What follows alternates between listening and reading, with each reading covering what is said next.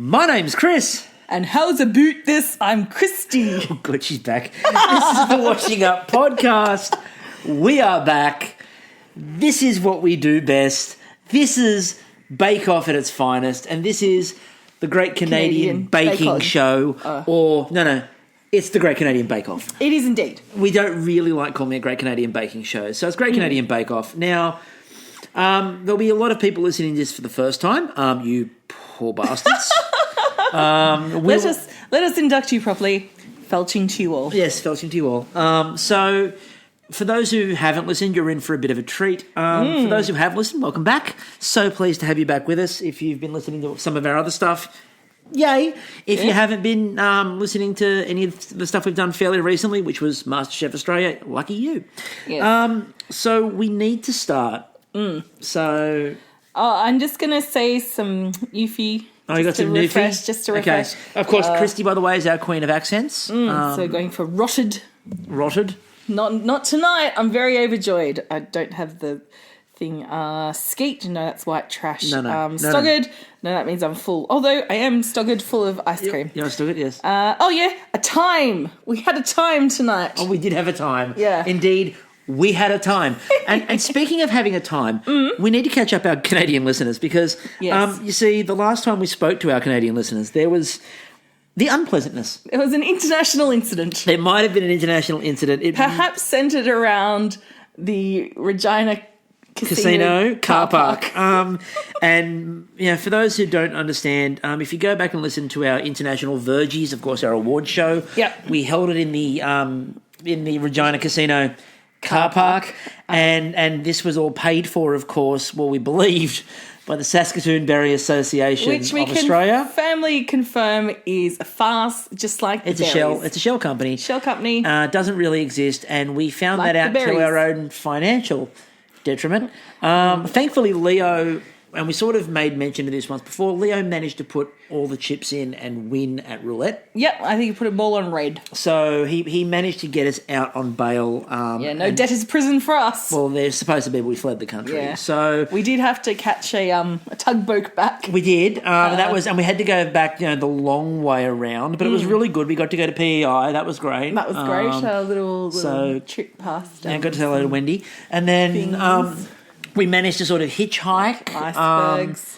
We went across... We actually went across, Bering Strait.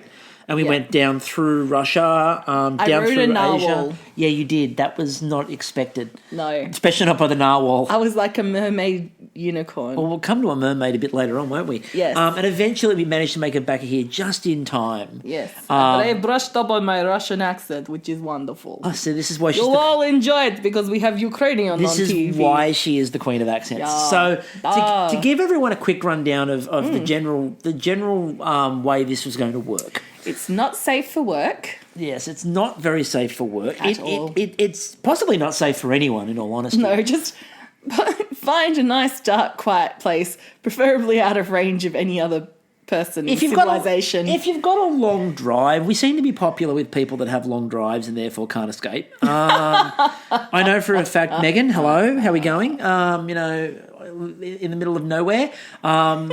She enjoys us, which obviously means that the entertainment quality is only, I can say, lacking around her. I know good friend of the podcast, friend of the show, good friend of the show, Robert Harwood from Australian Bake Off, listened to us the other day and he had a very long drive, 4.5 hours of dead straight driving. That's what happens when you live in Western Australia. Yeah, there's fuck all around. There's absolutely nothing. So there's Perth. Then if you blink, you miss it. And then for about 6 hours, nothing. Red dirt. So we're really popular with people that live in, secluded locations. But far more importantly, just to give you an idea of how the podcast schedule is going to work, because a few people have been asking what's going to happen. So they've gone, what's this all about? They have gone, what's this all about? So what we're going to be doing is the schedule will be for Canadian Bake Off, we will be doing that on Fridays Australian time. Sometimes Saturdays. Possibly sometimes into Saturdays. Mostly it will be Fridays.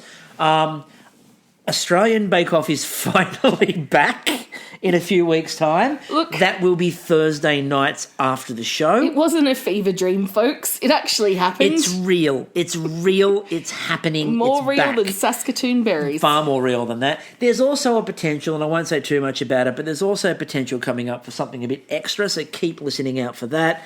You might get something a bit earlier in the week. But we're not going to promise anything just yet. Just going to say it's in the planning, it's in the works, and keep your ears open. So there is a lot of potential to listen to us or avoid us if you really don't like us coming up. So whichever you want to do. But in the meantime, we need to get in to Canadian Bake Off. And the reason we need to get into it is all change. Oh, you just turn around one moment, come back, and boom! Carolyn and Aurora are there. And they're a delight. I love them. Yes. I absolutely love Carolyn and Aurora. Now, what I sort of said to you, the show feels a lot more like Bake Off. I mean, don't get me wrong. I loved Dan Levy and I loved Emma. It's Julia. You do like calling her Emma.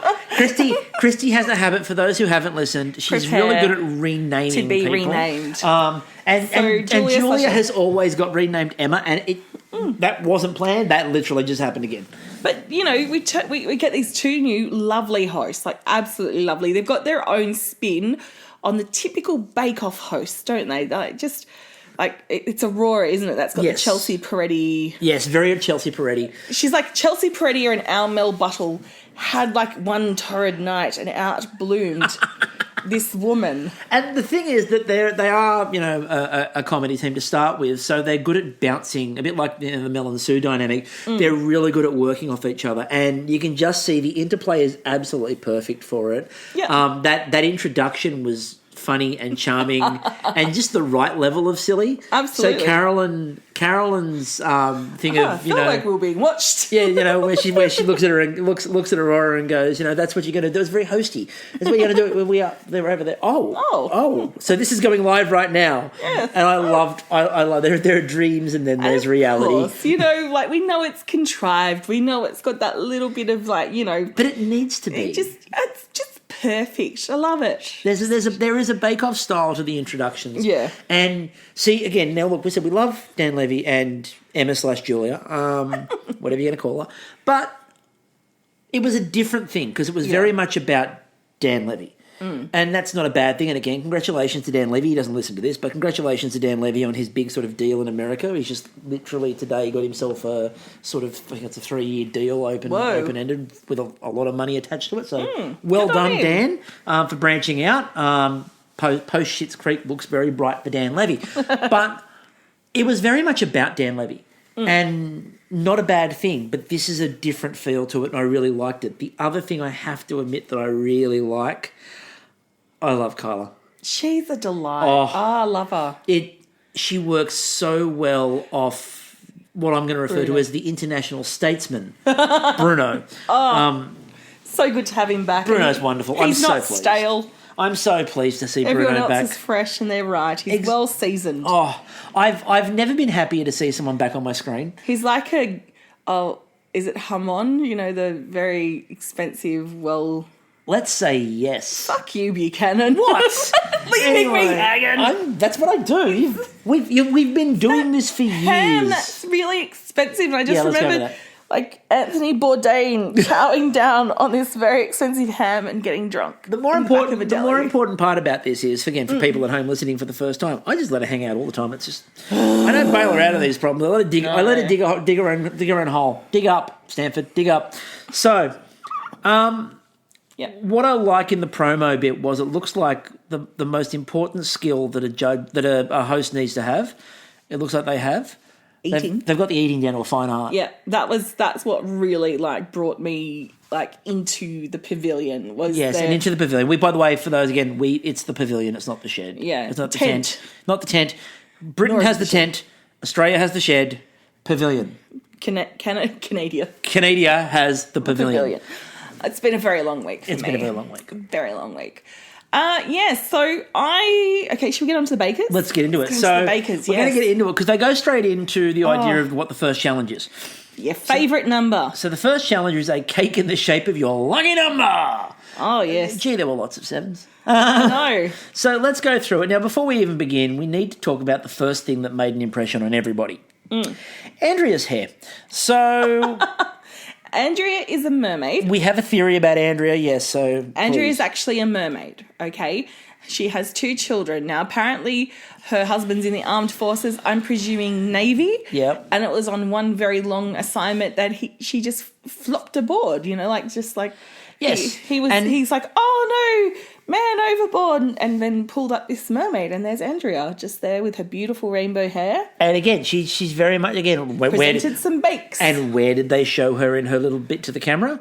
At the beach. And what were most of her bakes around tonight? The beach. And when she struggled, we can only assume she struggles with land-based ingredients. Yeah, strawberries. Strawberries are not found in the ocean. No, give us some seaweed. Not a problem. She's Not a got problem. that. Banging She's that got out. that fixed. So let's get into it. Shall we? this. So I like the fact that Chris opened up by talking about triple fisting. It's a wonderful thing to open with. Look, generally before you get into triple fisting, you want a bit of a warm-up. You at least want to be taken to dinner, have a discussion about consent, And especially since he's a doctor from Edmonton. So he can at least get it written consent for the triple fisting. So his cake was a chocolate espresso raspberry cake in the shape of an 88, because not only is he a doctor, he's a pianist. He's a pianist. Pianist. That really makes the double fisting awkward. The triple fisting. Triple fisting. And he wanted to use his foot. So... Oh, my. Oh, wow, that's quite limber. So, anyway, was I the only person, by the way, who noticed when he was doing the piano playing, there was a road sign behind him on the wall that said, I think it was Chris Street? Like, he actually had one. It was Chris Street or Chris Lane or Chris Boulevard. No, I don't want one. Why not? I don't want one. What would you have? Would you have a Chris Avenue or Chris Crescent? Chris Crescent. Chris Close. Seriously. Chris Close. Anyway, Jody. Chris Causeway. So, the Chris Causeway. Chris Byway. The Chris Causeway. It's very narrow. It's a weir. The Chris Weir. Anyway. He's Ella Hooper floating by it. For you poor Canadian bastards, you don't understand a word of that. Moving on. Yes. So, Jody. Yes. So Jody had number 4 because she's Dakota Cree. Yes. And number 4 is very important to the Dakota Cree.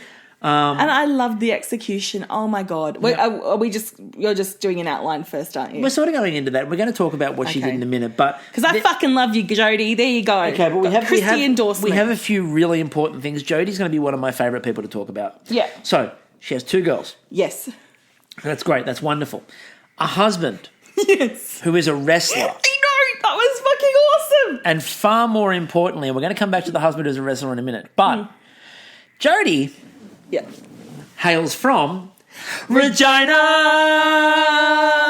Experience Regina, and we got out of prison while there. Look, it's actually, we haven't sung that song since we got out, too. No. So nice. Freedom. Cathartic. Freedom, cathartic. But I feel enough time has passed. I wonder if Jodie's wrestler husband has ever wrestled in the Regina Casino. Or in the car park. Maybe. It's a different fight altogether. So Jodie made an apple spiced cake with vanilla buttercream and a dark chocolate tree. It looked phenomenal. The tempering on that tree. It was beautiful. And the execution, the way the tree had the 4 seasons to it. So you had like the buds in spring, the fruit in summer, the leaves in fall, and just the snow on the bare branches. Oh, I loved it, Jodie. I mean, I'm a pagan, so I just loved seeing this. It was spectacular. And happy equinox to everyone. It's the spring equinox this weekend here in Australia. Oh, wonderful. The autumn up there. So what I was fascinated by as well was that she wasn't sure how the rise would be impacted by using apple in the cake. Now, as I've said a million times at this show, it feels like something you practice. It feels like something you'd have a bit of a go at. Just give that a... Don't know what's going to happen. Let's find out. I know. Going on a baking show. Okay. Time to do some baking. So speaking of things that I bring up frequently, Colin. Now, Colin. I fucking love him. I love you, Colin. I really do. He really comes out of left field. But, Colin. I had him pegged as this just stereotypical gay boy. Like... We're gonna have a bit of a chat about... Who am I going to send him up with? Like, is it Josh? Is it Brandon? Like, which Well, we're going to have a bit of a chat about him because there's a couple of things we need to talk about with Colin.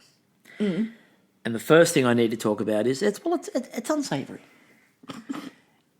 Or it's quite savoury in some cases, as the case may be. You see, Colin opened up by committing, for me, the largest faux pas that a baker can make. Oh, God. Oh, my God, it was just matcha, Chris. Colin opened up by making a matcha cake. Tomorrow I'm marching you down to Bunnings and we're going to go get some fucking plywood and you're going to build that bridge, Chris. I am never getting over the matcha. To build a matcha bridge. You do not just use matcha. It is a rule. It is a hard and fast rule that none of you fuckers follow.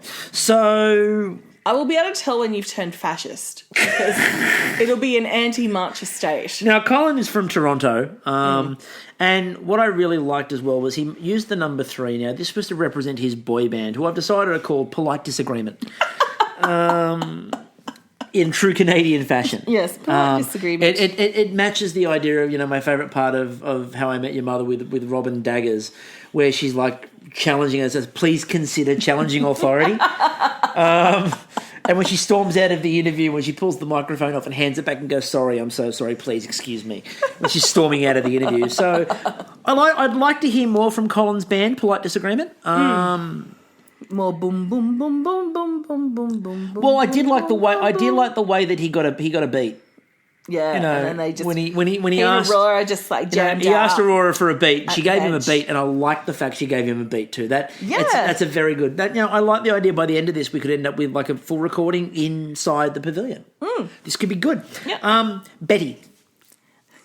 Oh, Betty, Vancouver. Whoa, Black Betty, Bambalam. Whoa, Baked Betty, Bambalam. Okay, so Betty baked a cake, Bambalam. It wasn't that great, Bambalam. Oh dear. So, Betty's from Vancouver. Now, she lived in France for a long period of time. Now, this is handy. This is handy. So, she made number 8 because, of course, good luck. And it is originally what the Eiffel Tower was going to look like too. A big number 8. So, it was a carrot cake with pomegranate and chocolate coins. Now, what is more important was there was a conversation between Betty and Bruno, and then Carolyn got involved, and then Kyla got involved, and there was this long French conversation. Now, they didn't subtitle it in English, and I know this because the first time I watched the episode, I watched it with subtitles on, and they left the French subtitles up because, of course, Canada. So, luckily, the Queen of Accents sits to my right. So, the Queen of Accents. Yes. How do you view their French conversation? Was it quality? Oh, it was wonderful. It was magnifique. I think it was based around how horrible the English language is and how we should all be speaking French. That is so authentic. Oui. I can see why you have a Virgie from the International Bad Accenting Yes. Coalition. Uh-huh. Now, Natalia. Now, I like Natalia. Now, I like Natalia for a few reasons. One, she's from awesome. Ukraine. 2, she's from the Ukraine. Best winner of Eurovision, apart from the last one. Go, go, go, wild dancers. What a real love. Ha. My real dance. Ha. So, she's from the Ukraine. Also, this is where we sort of divulge a little bit. You immediately went with the Ukrainian thing. Yeah. And you went Ruslana and Wild Dancers and Eurovision and all that sort of thing. Yeah. I Went hockey? No. I went to the GoldenEye video game.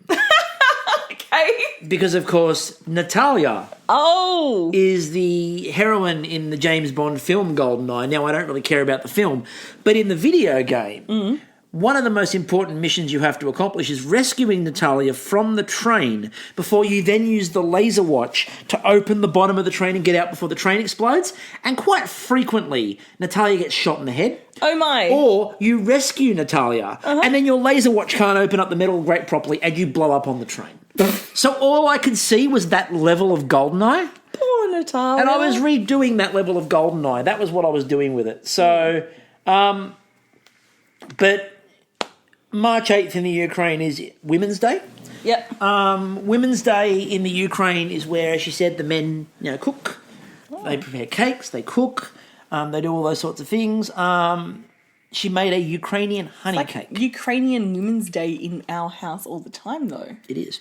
You cook for me, do most of the cleaning. So, Ukrainian honey cake. Wrangle the cats. It was a crispy cake, which she said softened with the frosting. Keep me in line in a podcast. Pretty much. So she said it was a crispy cake which then softened with frosting. I was delighted to see that. I thought it was a pretty cool idea. It was interesting too because she was like,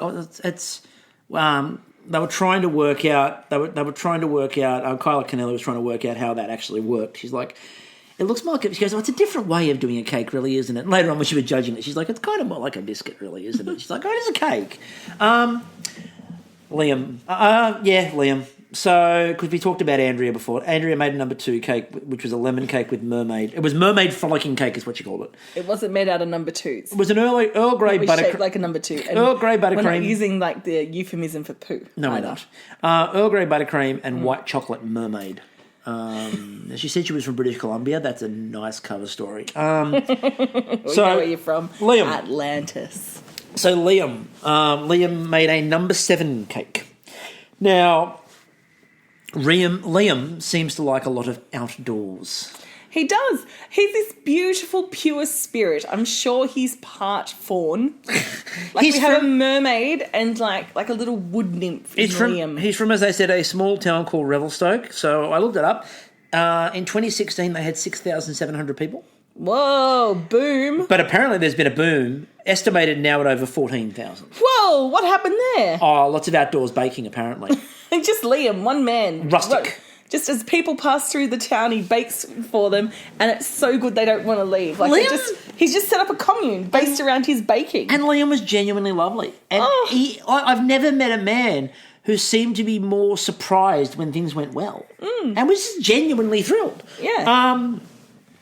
So he talked a lot about rustic baking. There was a lot about rustic baking from him. And his just cooks in like stones that have just been carved out naturally by the wind and water. Well, I was trying to work out what he was making uses flour that's been ground by the hooves of moose. And I was trying to work out what he was actually making in the clip because it looked like scones with I wasn't sure what it was on that slab when he was yeah, maybe scones, maybe rock cakes. Rock cakes, probably. Not damper. No, or the Canadian equivalent of damper, maybe. Didn't have the Billy tea on, though. Not quite, but who does in this day and age? So pistachio sponge with rosemary buttercream, which was an interesting concept. Yes, and I liked how he decorated it with the rosemary. And they said you can definitely get the aspect of the woods. Mary Lou. Mary Lou. Or should we say tribute to Ken? Oh my God, I do love Mary Lou. So hi Ken. And Ken, Mr. Lou. So Mr. Lou. So Mary Lou and Mr. Lou. Ken Lou. Okay, so Lou. Mary Lou and Ken Lou. So Ken Lou's birthday is the 7th. Now the cake is chocolate, which is Ken's favourite. With ganache. And more importantly... chocolate-dipped strawberries. I'm starting to think that I'm Ken. Really? And more importantly, Conception Bay South, Newfoundland. Oh, she's a Newfie. It's great. She had a time. They've obviously been screeched in. Anyway. Oh, yes. So I bet you it's all blocked there at the moment. Oh, God. Oh, God. She's read back to her Newfie. I'm worried that she was a bit shit-baked getting into the pavilion. That means scared or terrified. When I saw the moose charging at me, I was shit-baked. That's the example this website gives. Oh dear! No, I much prefer the idea of being screeched in. So, have you heard of the screeching in? No. So it's up in the bars up there. It's a thing where you kiss the fish, and then you've got I don't even know. I can't recite the rhyme, so people in Canada will correct me. But there's a rhyme you recite, and then you take the shot. Oh, okay. So it's being screeched in. Oh my! So kissing fish. It's very Rex Hunt there. It's very Rex Hunt. Yibbida. Canadians, you don't get that. He's just a boy from Morty Alec. So Jasmine's a bit awesome. Jasmine's a bit awesome. Bake what your mama gave you on Instagram. She's great so Instagram cool. name. Yes. She is a criminology student, so maybe I'm sensing a bit of Meeting of the Minds here. Yeah. I want to see post this. Obviously, we hypothesised in the last series that Meng Ling was Gadget. and we talked about the idea of Nimbus being brain, and then we rotated Penny. But now I'm starting to think that Jasmine could be Penny. Oh, my She's gosh. the criminology student. She is. She's just, It's all coming together. Oh, I love it. I have a cool vibe about Jasmine. I love Jasmine. Yeah. I loved her from the moment she announced that she was making her blood orange ginger spice cake, and she wanted her cake to ooze secret blood. Not of that obvious blood. And I love when they cut it and they went, you seem to have gone overboard there, and she goes, no, that was intentional. And they're like, oh, that's really cool. I want to see it bleed. So she said her 13, her unlucky lucky number. It's only really unlucky if, you're a Templar. Yes. So it's what, 1306? Is that when the Pope just went, fuck it, let's get rid of those Templars? Pretty much. Anyway, Jay. Could have been 1603. I absolutely love Jay. I'm a bit backwards. I absolutely love Jay. So Jay's from Quebec. He's a civil servant. He also manages Ottawa's first gay rugby team. And I propose we get his team to verse our convicts. The convicts. Sydney convicts. They're the gay rugby league that team. Could be. No, they're rugby. They're rugby. Sorry, not rugby. They're rugby. So they can play off. Balls for me. They could play off against each other. That'd be great. And what I really appreciated about his management of the team is halftime cookies. Fuck the oranges. That's my sort of halftime. Screw the Gatorade. That is my Bring kind out the of cookies. That's my kind of halftime snack. It would just be halftime with me all the time. Now Kristie, you're supposed to be on the field. I'm like, I'm having my halftime. Now he went with the number 3, which is celebrating the position that his husband plays in the team. Mm-hmm. Salted caramel banana cake is what he made, and he made goalposts. And I loved the feedback. Aurora goes, "Will the rugby ball be going through the goal?" And Jay just goes, "No, I'm not that good." One day soon, though, Jay. I love a man who knows his limits. So Andrea's cake got stuck. First drama. Andrea's cake got stuck. And then Carolyn did exactly what a good host should. She's like, is that cake flopped? We have a flop emergency. I will deflop this cake by eating it. She's like, there's a flop. Don't worry, we'll eat it. They won't recognise the flop by the time I'm finished. But what was really good about it, and we talk about this a bit whenever we talk about Bake Off and where Bake Off does really well, is a good host takes a situation that could be stressful, completely de-stresses the situation, makes everyone calm and at ease, adds a bit of humour as well, and gets a good feed.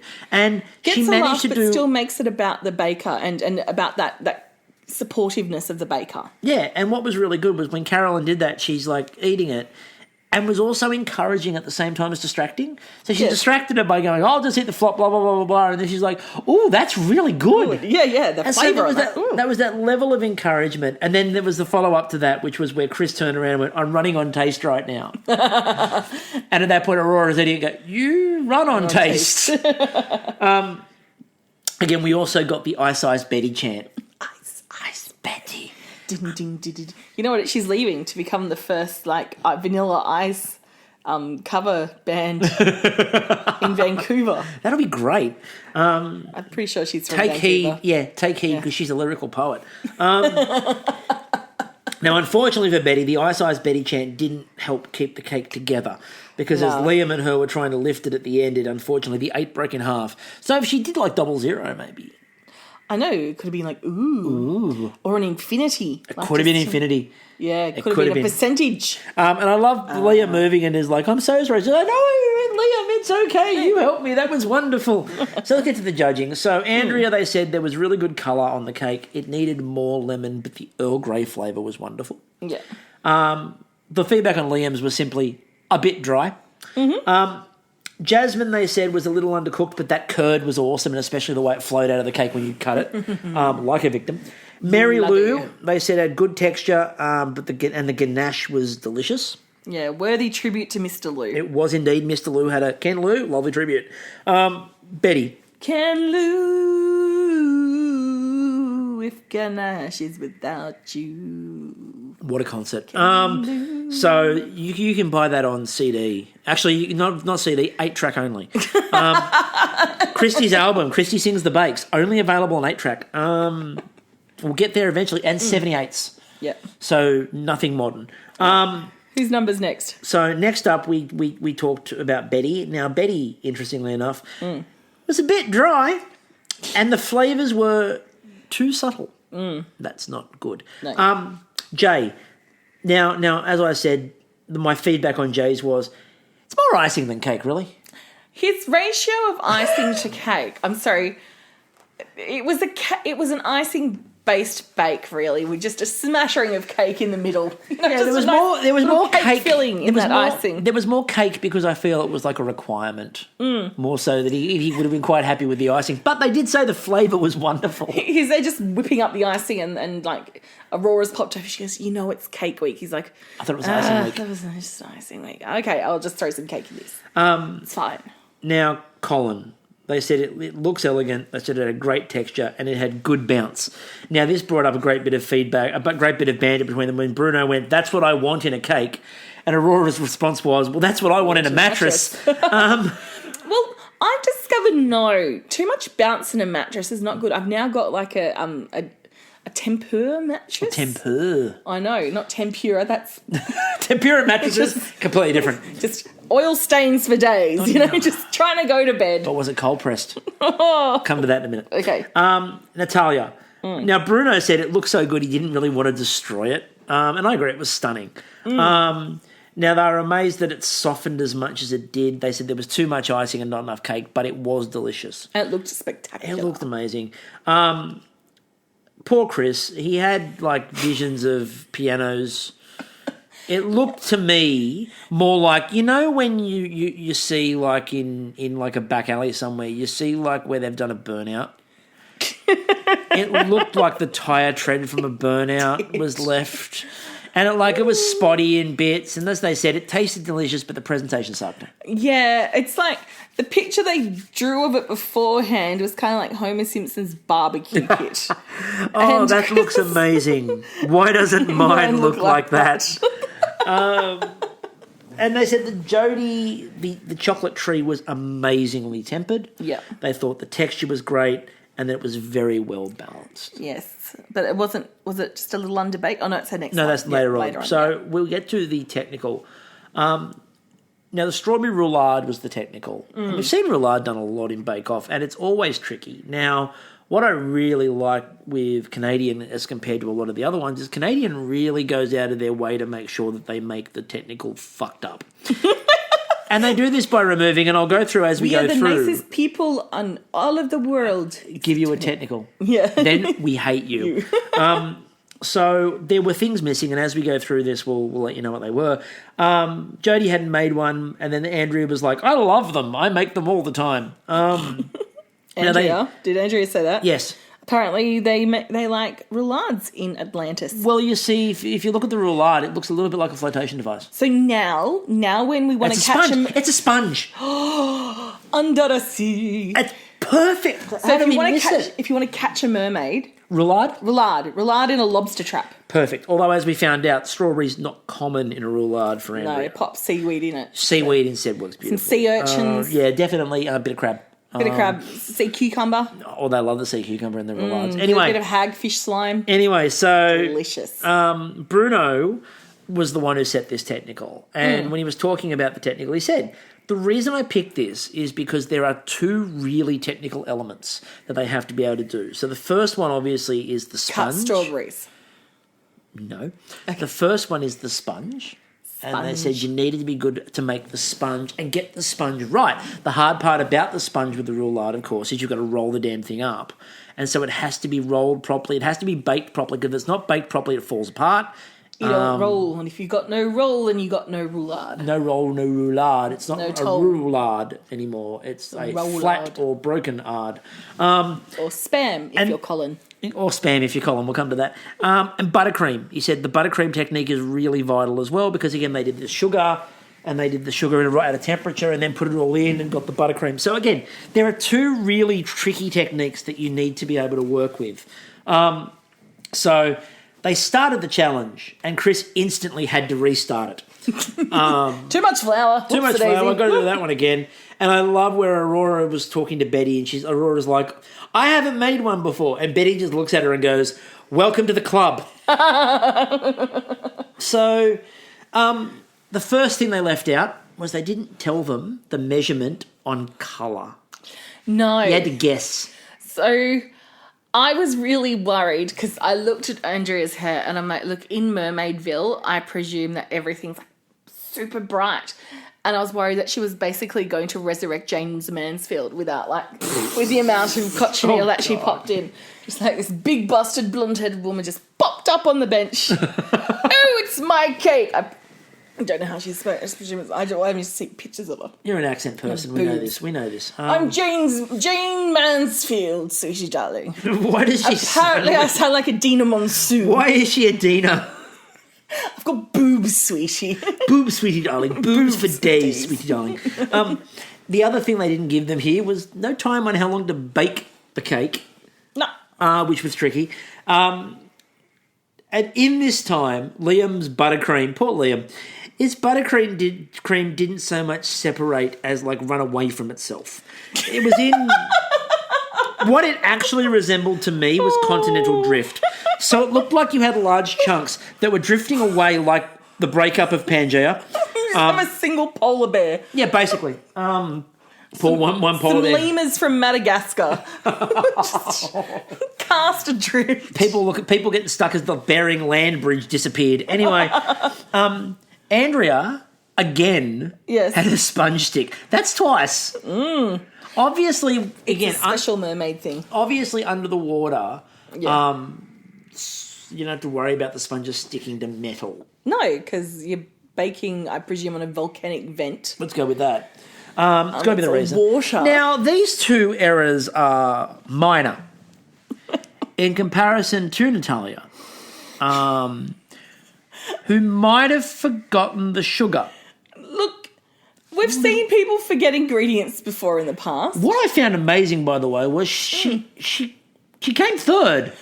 I know. With no sugar. And Bruno's feedback to her was, it's missing a little bit of sugar. No, it's missing all the sugar, Bruno. There was none. What I'm surprised at is that she didn't just quickly sprinkle some sugar over top. It's got a nice crunchy, sugary layer to it. This is the crack on top. This is the crack on top. A roulade donut. Now, Aurora did the voiceover and she says they're looking for a perfectly baked sponge which will unroll with no cracks. And all I could hear in the back of my mind was Colin going, say what now? as he started to unroll. No cracks. I thought you meant all the cracks. Well, it wasn't even so much cracks. So much crack. It's like a plumber's reunion. Apparently he's from Jersey. Why is he suddenly from Jersey? No. I'm trying to work out. I mean, it's been a long week, Buchanan. To be perfectly honest with you, I'm trying to work out why the lead singer of Polite Disagreement would be from Jersey. Jersey boys. They were like a singing group. They were a little bit, yeah. So Collins didn't so much crack as just completely collapse upon itself. It was like we'd gone supernova, and his entire roulade. And what I admire was he put cream in there, and he just tried his darndest to manage to put it all back together. He's like, this shit looks like fucking mushed up spam. But dear God, I'm putting it on a plate. Going on a plate, going to make it look fancy spam. Notice how they didn't ask him, is that you on a plate? So now the other part of this was the instructions post-bake. Which simply said, assemble. Now... Look, some people read that as disassemble. Yeah, some people said deconstruct. Some people saw Avengers. Exactly. A little bit of Thor in there. A lot of Thor in some of them. And by Thor I mean a lot of strawberries. Yes, a lot of strawberries. Mary Lou's filling resembled a strawberry graveyard. She put the strawberries in, which you're not supposed to do. She then covered it over with some cream and went, I think this is right. I don't really know. And they all kept putting strawberries in, and then nobody could work out why they couldn't roll the roulade up properly. I'm like, there's strawberries in the middle of it. Well, it might be nice. It didn't roll. It's a roulade. Yeah, but thinly sliced strawberries can surely roll. No. Because a roll's a roll. They're not that flexible. Oh, inflexible strawberries. Yep, nothing worse than an inflexible strawberry. Now, Chris's didn't even vaguely resemble a roll. He called it an earthquake. It really did look like the San Andreas fault. I just thought bubbled up in that particular spot on his bench, I thought it wreaking looked destruction. I thought it looked some. Hues of pink. I thought it looked somewhat like, a sort of old burrito that had been folded up and the cheese was sort of half coming out of it and it was just like a block. I also thought that Collins, by the time he was finished with it, looked like a variation on Eton mess minus custard. Spammy mess. And we were also then treated to Jasmine just saying, while they're all talking about the problem with theirs, she just goes, could have been tighter. That's what she said. That is indeed what she said. She being Jasmine. So the judgment. Now, I'm going to refer to the judgment on the technical as some challenges. Because every second word out of Bruno's mouth was, there's been some challenges with this. They've had some challenges with it. The cream, look, there's been some challenges. Yeah. There's been some challenges with this. So, Jay, they said the right roll, there were some challenges with the colour. They did say the sponge was really good and so was the buttercream. Yes. Andrea, the buttercream was waxy. It's not a word you want to hear about talking about cream. She's like, oh, God damn it, I've used too much fucking... Surfboard wax. yeah. And at this point they went... Fish slime. At this point they said that the strawberries inside weren't correct. No. Now, if only they knew the run that was about to take place, they might have praised Andrea. Because Natalia, they said it looked amazing, but again, you should have left out the strawberries, and it was missing some sugar. Some, not all. Liam, there were challenges in the roll.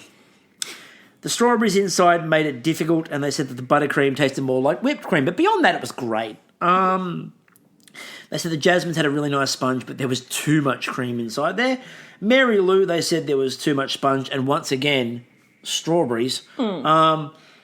Betty's, unfortunately, was the wrong colour. How the hell Betty managed to make an orange roulade out of strawberry? I don't know. That's a skill. Strawberries are pinky red, right? Mostly red. Like, you needed something yellow to go in and make that. And there was no flavour. What was she adding? I'm trying to work it out. Because, like... Carrot? Did she just have some leftover carrot? From the first challenge. And she's like, I'm not letting this go to waste. Maybe she was reusing the carrot. The other problem, as I said, was that in terms of in Betty's, was there was no flavour. No. What the hell did she do? And they said there was no buttercream whatsoever. It was like a thin layer and that was it. You know what it is? Betty just wanted a nice little breakaway from the fam, right? She looks like she's got a lovely family. She's like, fuck it, I want to see the world. I'm going to go and bake off. She's like, I don't want to stay there too long. Just want to have a little trip. I want to go to Ontario for a weekend. Yeah, just pop over there. So she's gone, you know what I do? I was going to piss off with some strawberries and cream on the deck of the Pavilion. Maybe she wanted to go and see, the Maple Leafs play the Vancouver Canucks in Toronto. Mad Canucks fan. Maybe she linked the two of them together. Yeah. Maybe. Just putting it out there. Yeah. Chris's was very wet. Not a phrase you want to hear with a cake. No. It was undercooked. But then we got the butteriness of the buttercream. That's an invented sentence, surely. My spell check won't acknowledge the word butteriness. They said, and as we said, it's less cake, more spam, unfortunately. You know that Colin was in trouble. Yes. When the feedback was from both of them. But what they did point out, and this is, look, every cloud has a silver lining, Colin, and your silver lining was... pink.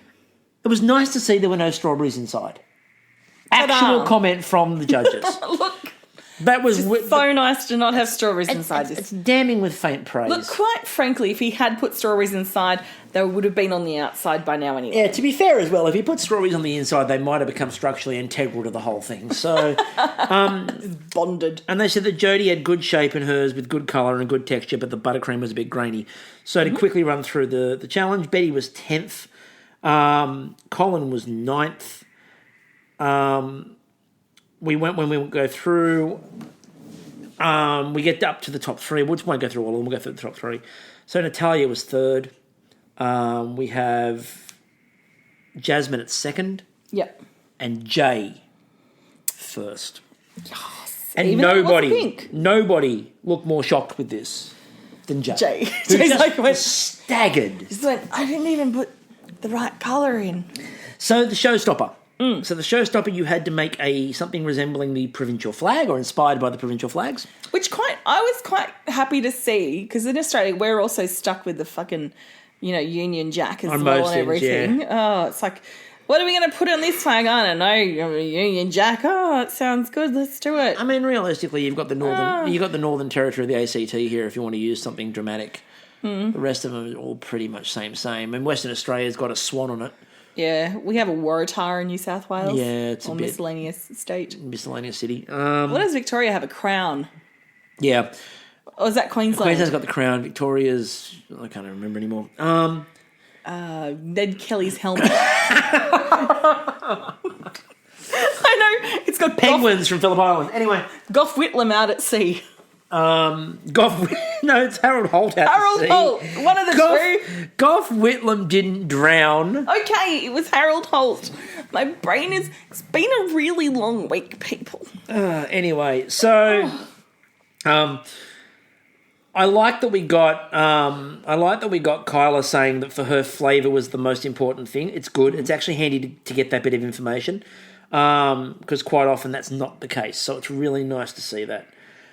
So what we had was Colin, who opened up by saying, "I'm so nervous I could throw up and die."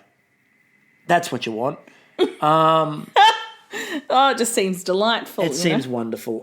So he's used Ontario as his background, and his cake was ginger molasses cake with whiskey. Yum. Now, he's worked out the trick to bake off. Booze. We don't have Waratah, by the way. We have that line. Oh, no, we got in the a cross thing. Queensland has the crown in that blue cross. South Australia has an eagle, a magpie, something. Let's go with that. Tasmania has a lion. Yeah, Victoria's got the Southern Cross with the crown. And West Australia's got the swan. Yes. Boring. They're all boring. We need new flag designs. The ACT one's cool. Yeah, but that's because it's the ACT and they're all funky, groovy, we made a state, so New South Wales and Victoria went Well, territory. over. Anyway, Okay. Jody went with the Saskatoon flag, a Saskatchewan flag. No berries. No berries. Just raspberry. We did notice that. She went with raspberry lemonade cake. She put the lily on top. The kind you'd find in a second-hand store. So she also made her own fondant and tempered her own chocolate. She's quite a well-skilled woman, that Jodes. But I was quite happy to see there was no Saskatoon berries anywhere with her bake. No, and I mean, thank you, Jodes. Some people need to learn that, Megan. Because they're actually blueberries. Yeah, really blueberries. So anyway, Chris decided to go with the Albertan flag. Now, what he actually did that was really clever, he shaped what he was doing like the province. It's like, if this doesn't scream the flag of Alberta to you, I'm going to make it look like Alberta. What I really enjoyed, by the way, was what it gave me was flashbacks to the Simpsons episode where Lisa's Florida. And Ralph. Yeah, so, I'm Idaho. Sure you are. I'm Idaho. So all I could see was Lisa in her outfit as Florida, as one of the two children who, of course, their parents clearly didn't help them with this outfit. So he went with meringue mountains on top, which was really cool. Now, we got two interesting things with Chris's. So he went with cold-pressed canola oil sponge. Yep. Which Bruno was fascinated by. Yeah. And he's like smelling it. It smells nutty.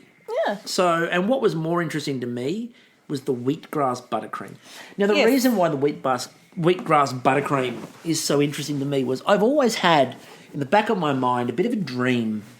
And the dream that I've always had, and I've mentioned this before. To be a wheatgrass farmer? Well, yes. So, what? Let me explain. What? So, let me explain. So there's lots of like juice shops, pop-up juice shops all over the place. And what I've always wanted was for there to be like a small tray of wheatgrass, right? And what I wanted to do was get a little wind-up tractor with like a little thresher on the back of it. A little combine harvester. Yeah, and I want a thresher on the back of it. And wind it up, and I want it to just go up and down, broom, broom, broom, broom. The little tray of wheatgrass, thrashing the wheatgrass into the back of it, And I think about the freshness of the wheatgrass in the juice. Right? It's so fresh. It's direct from the farm. The farm being that small tray on top of the cupboard. But still, imagine the kids coming to see the little wind-up thrasher. And what are you going to have, like a rocking chair out the front with like a piece of wheatgrass? And you're 100%. And a pipe. Okay, kids, gather around. I'm going to tell you about the wheatgrass. Let me tell you about the wheatgrass and the time it takes to... Oh, well, look, it's done. But, like, you can't tell me that pop-up juice shops with fields of wheatgrass being mowed by tiny little thrashers, you can't tell me that would not be a success. I'm not going to tell you because I think that would be pretty cool. Think of the crowds coming to watch the little tray go up and down. But imagine, right, there's an Amish juice place. And it's just a bunch of little Amish men with a thresher. They're like the little scythe. Just No. What? You see, this is where rodent problems come in handy. So what you do is little mice with like no. Mice and juice. Let me finish. So you have the plough. No. You have them out there properly, like a reaper, and you have them out there with the scythe. With the scythe. Just going. Just attach it to their tiny little paws. And as the mice are running around the tray, they're just thrashing it. Little Amish mice. The Amish mice, they can build their own barn. They can make their own pie. They can kick their own children out for not following the law. Shun an unbeliever. We can shun them. Chris would be all over this. All right? What you doing there, Moors? I think that Chris would be absolutely all over this idea. Churning the butter. I think he'd be all over it. I think it's great. I think it's a go. Milk and cockroaches. Liam. Again, there were lots of references today that brought up The Simpsons.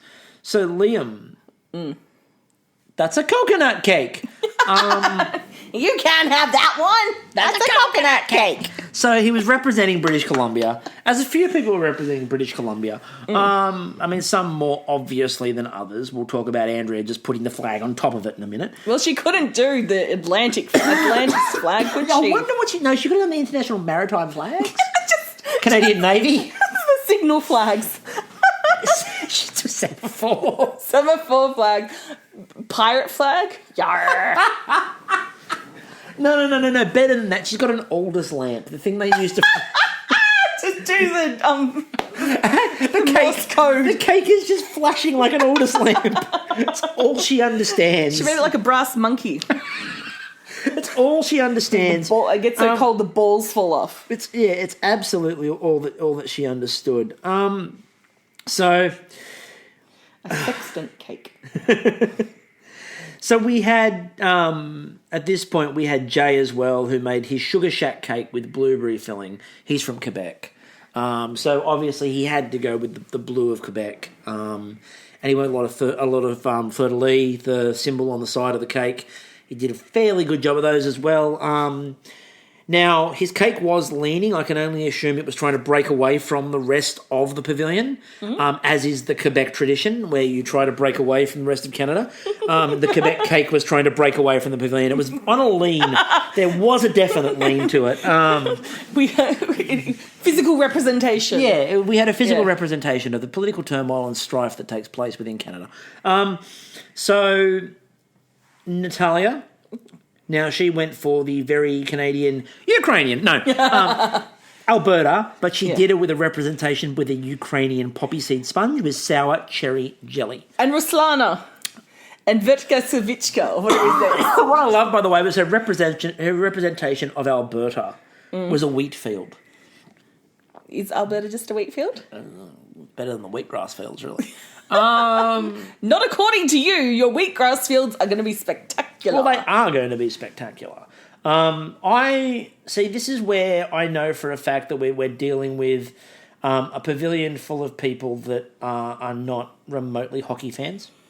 There was no hockey representation. Well, you see, if they're trying to find a way to represent, what's going on in Alberta, they could have used, someone from the Calgary Flames, or more importantly, they could have used someone from Edmonton. So they could have used Connor McDavid, and they could have used a representation of Connor McDavid, the Oilers symbol, Wayne Gretzky. Gretzky would have worked. God, they could have used Michael Scott. No, the mascot. No, he's from Philadelphia. Oh, couldn't have used Gritty. Damn it, I thought Gritty was for the Oilers. No. Oh, sorry. They use UP. How are you going to do that hockey? How are you going to do that hockey? Now, that's the Montreal Canadiens use UP. Anyway, Okay. moving on. So Betty went with a genoise with fruit and admitted that cake's not my thing, which we kind of saw over the course of this episode. Betty, it's pretty obvious, darling. But I just love you for getting in there and giving it a good red-hot crack. So we also had Jasmine. Jasmine was, again, she's from Ontario, but she decided to go with Alberta. Because she likes a lake. Yep, she likes the lake. She made a brown butter sponge and flapper pie. Flapper pie. I just like saying it. Flapper pie. Bruno really loves saying it. And who knew? Although We needed Bruno jitterbugging. I know. See, I like how everyone went to flappers like the 1920s things where my mind just went to vulvas. Of course you did. Anyway, drawing moving on. Now, Mary Lou decided to represent Newfoundland in the best way possible. She made an iceberg cake, which was a lemon chiffon cake with Titanic wreckage. Just a few washed up bodies. And some life rafts and... life preservers. You know, all those sorts of bits and pieces. Clearly, proud part of Newfoundland history. Anyway... a door with a young woman called Rose on it. You know, There's room for 2 rows. There's plenty of room for 2 rows. Anyway. The judgments. So Collins, they said, it looked beautiful, at which point he celebrated quite loudly. He's like, let's face it, after his technical, he needed to do something in the showstopper. The buttercream was excellent, and as always, booze is good. They said you can taste the whiskey, and the whiskey was good. Yeah. Bruno did say to him at the time, if we don't get a punch from the whiskey, I'll be disappointed. Yeah. Jay, now as we said, it was leaning to one side, much like Quebec. There was a nice texture. There was an aftertaste, he said. I'm assuming bitterness. They did say that it was a recipe worth working out.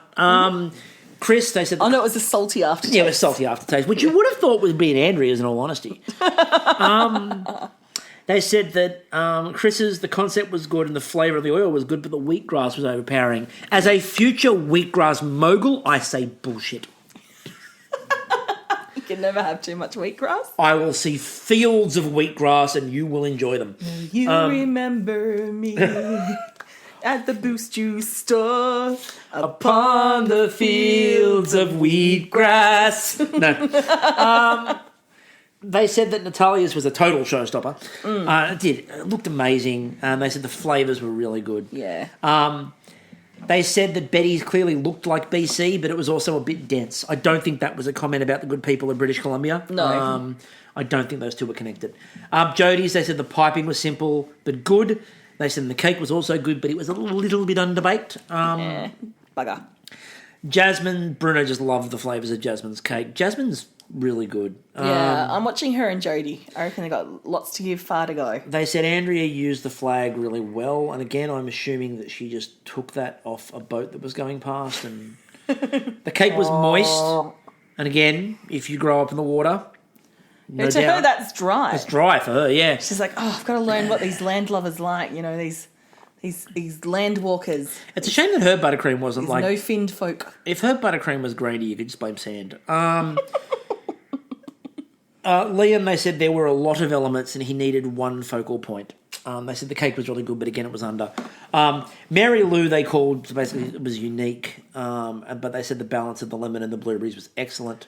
But the glacier, like the sugar work. Oh, it was incredible. Fucking loved it. Now, speaking of sugar work, Yes. are you looking for a quality magazine Well, are you? that is focused on cake decorating and, indeed, sugar art? Oh, yes. You Who are. isn't? Who isn't? Well, we can help you out here because Australian Sugarcraft is the magazine for you. It's a full-colour digital magazine. There are step-by-step tutorials, there are recipes, there are tips, there are ideas. Whoa. You know, you could learn to make the iceberg, for example. Oh, my gosh, that would be awesome. That would be awesome. Now, it's cost-effective too. Is it? The subscription is an annual cost of $19.90 Australian, and you receive 2 issues per year. And you know, if you're Canadian, It's good value. $19.90 Worth Australian. nothing. Like, you want to find a place where your actual exchange dollar goes further, because remember, the American dollar and you get shafted on that. Guess what? Australian dollar, you're totes winning. in. So much cheaper, and it's amazing stuff. So you can find it by going to facebook.com/Australian Sugarcraft. Mm-hmm. We can highly recommend it, and again, get involved and get on board. Doesn't matter where you are, you don't have to be Australian. You can be Canadian. You'll learn some really good sugarcraft techniques. It's the beauty of the digital age.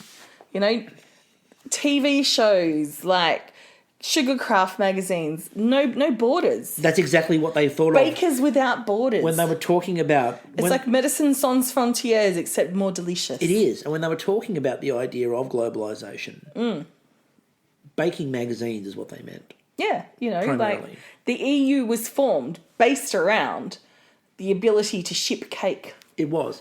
Yeah. So with that in mind, we got the judgment. Yes. The star baker was Natalia. Easy. 100% the star baker was Natalia. That was not a problem.